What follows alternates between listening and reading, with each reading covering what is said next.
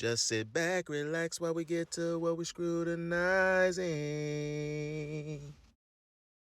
All right, brothers, we're going to talk about it.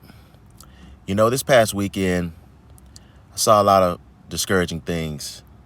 And with today being the 4th of July, 2022, you had a lot of fireworks going on really since I heard a lot of fireworks really going on pretty much the whole entire week, but especially from about Thursday till to last night, and I'm sure tonight is going to be crazy.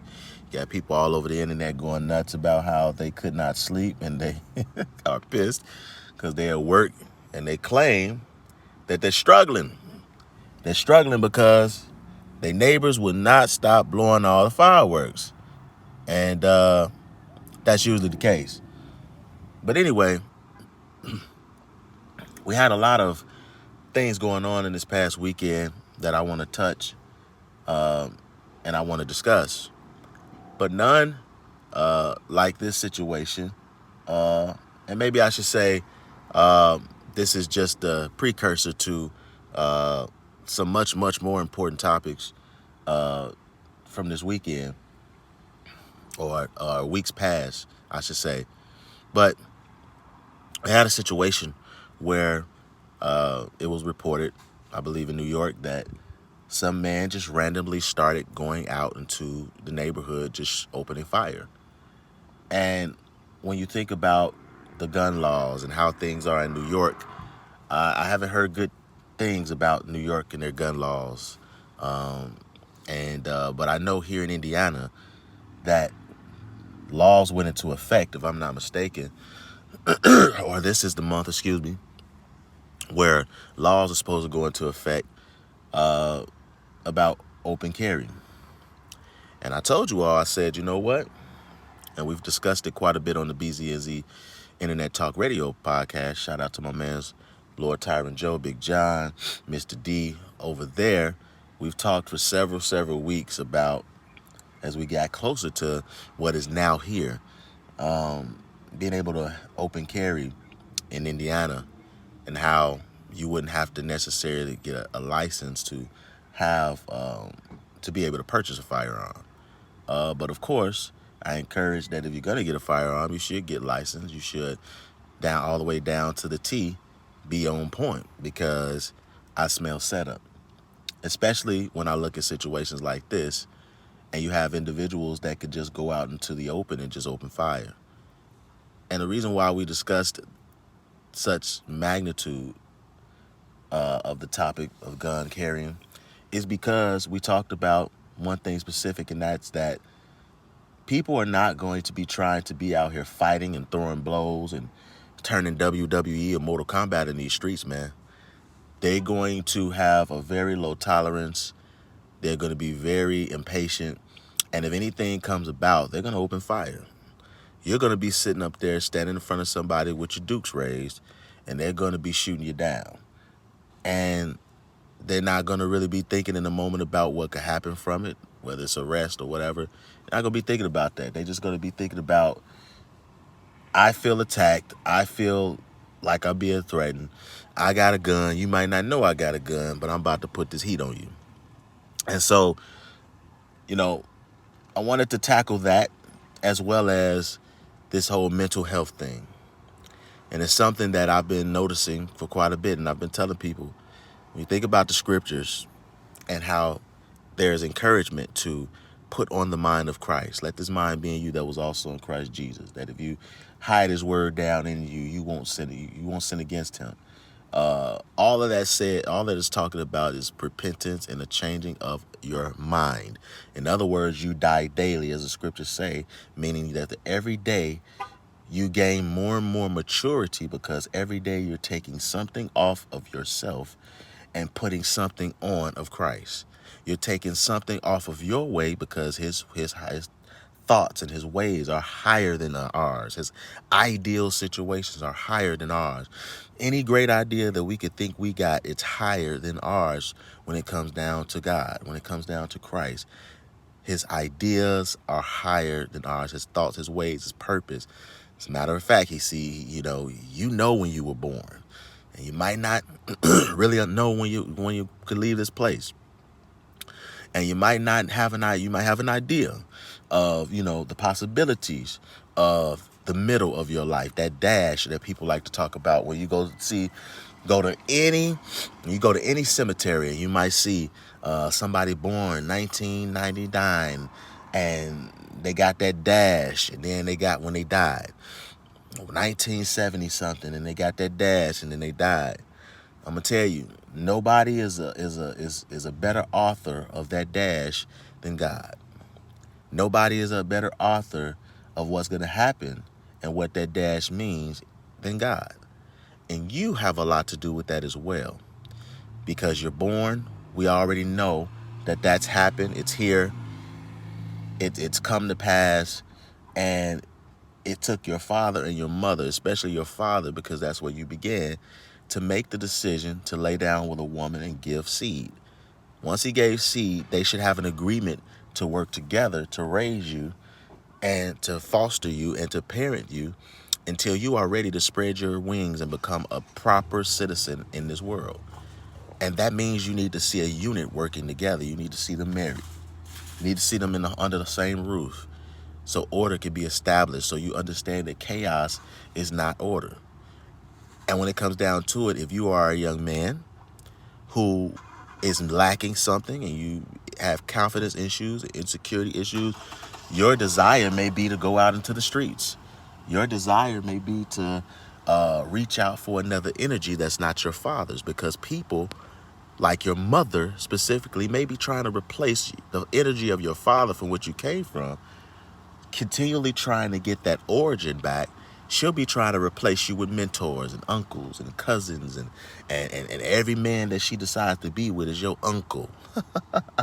and putting her what she desires and her selfish needs before your growth can equal chaos, to where, since she showed you that your father was so replaceable and he was so expendable, that, I mean, for a man, I could just be thrown in the trash and replaced. So now there is this desire to reach out in the streets and reach out for those same entities when it comes down to the deleterious, when it comes down to the things that are less scrupulous. Reach out to those energies which are thugs and gang members and different things, and the real coons that are in the streets. Because anytime that you're in these streets and you're robbing and killing and stealing and all that different stuff, you're the real coon. When you're entitled enough to think a woman's coochie is yours, so you rape her, you're the real coon. So for all those Roe v. Wade people that try to use rape as an excuse because you want to be able to abort whenever you want to, like someone just said this past weekend, the entertainer said, when do we get to the point we don't have to use an excuse and we just say, I don't want a child just because I don't want a child. I killed it and aborted it and finished it because I just don't want it. Better start listening to folks, man, because this is an evil world. And just like that young man is reaching for energy, that young lady can reach for energy and do things like that. Take things for granted, like her health, her life. Get out here and be trying to lay and ride every rod that she can and be somebody's multiple time baby mama. And then you got the whole fake or not fake, the whole McDonald's fiasco. And you're locked in because now that person can show you who they really are. I'm married to you. I can show you who I am. I got your baby, so I can show you who I am. And I could be just as evil and mean as I want to be. You can't get rid of me. And when you are battling in your mind because you put everything before God, every move that you could have made, every decision you could have made, when you put God's mindset to the side, his ideas to the side, you're left with your own. You know, it makes me think about being an athlete and being someone who goes to the gym, and you hear people talk a lot about how they listen to music. They're trying to get away from their thoughts. But oftentimes I will run or I will work out or I will play ball or whatever on purpose without my music, because I would say I want to war with my thoughts. I want to stand up to my thoughts. I want to deal with and approach my thoughts. I had self-awareness. We're in a day right now where if you're going to trade God If you're going to get rid of God, if you're going to ignore God, if you're going to act like he doesn't exist and you're not going to reach out to him for purpose because you can't reach out to your parents for purpose, let me tell you something. To be reprobate is just literally to be left with your mind. Oh, I could do what I want to do. I seen some, I tell people all the time, it ain't about going to the rallies, it ain't about the protests, it's about what's on the picket signs when you go to the protest. You got people saying God killed his baby, so why can't I kill mine? You got people saying some really dumb stuff in these protests. And what they're admitting to you is what's in their mind. So when I hear people talk so much about mental health and depression and all that different stuff, I'm not shocked, I'm not baffled. I'm not going to marvel. I understand what I see and what I'm hearing. It is an admittance when you are depressed and when you are quote unquote depressed and stressed and have talking about my mental health and mental illness and all that different stuff.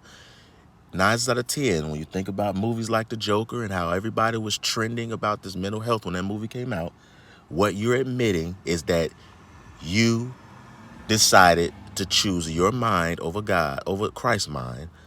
You refuse to change your mind to adopt Christ's ways and his principles and his order, and you have your chaos.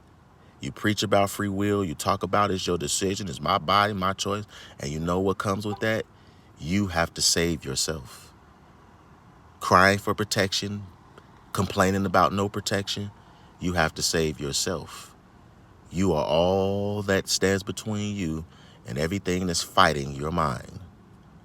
And so that's what I saw, and that's what I see when I see things like this news segment here that reported this situation here in New York. So be vigilant, brothers. Be scrupulous. Keep your head on a swivel. And let us make better decisions, man, because family, again, starts in the loins of men. And by the time you give a woman your seed because you refuse to protect your seed by any means, you can have a lot of issues on your hands, just like this brother letting off steam or whatever breakdown he's had in these streets, making victims because he was left with his thoughts. I'm out. Searching for a man caught on camera randomly opening fire in a neighborhood in Brooklyn. It happened on Prospect Place in Crown Heights just after 7 last night. Luckily, no one was wounded. Do you recognize this guy? Because if you do, please call Crime Stoppers. Scrutinize this.